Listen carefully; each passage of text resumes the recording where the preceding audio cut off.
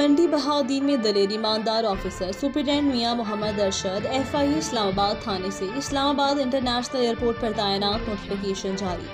नौजवान सहाफ़ी ज़ीशान इस्माइल की मुबारकबाद, ख्वाहिशात का इजहार। मियां मोहम्मद अरशद सुप्रीडेंटेंट FIA को इस्लामाबाद इंटरनेशनल एयरपोर्ट पर तैनात कर दिया।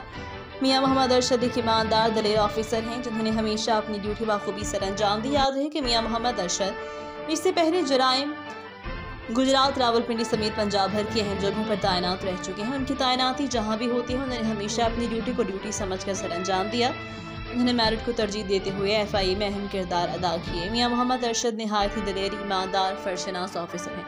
इस मौका पर उनकी तैनाती पर नौजवान सहाफ़ी ज़ीशान इस्माइल, डिस्ट्रिक्ट मंडी बहाउद्दीन समेत दीगर दोस्त अहबाब ने नेक ख्वाहिशात का इजहार किया और कहा अल्लाह पाक उनको हमेशा खुश सलामत रखे।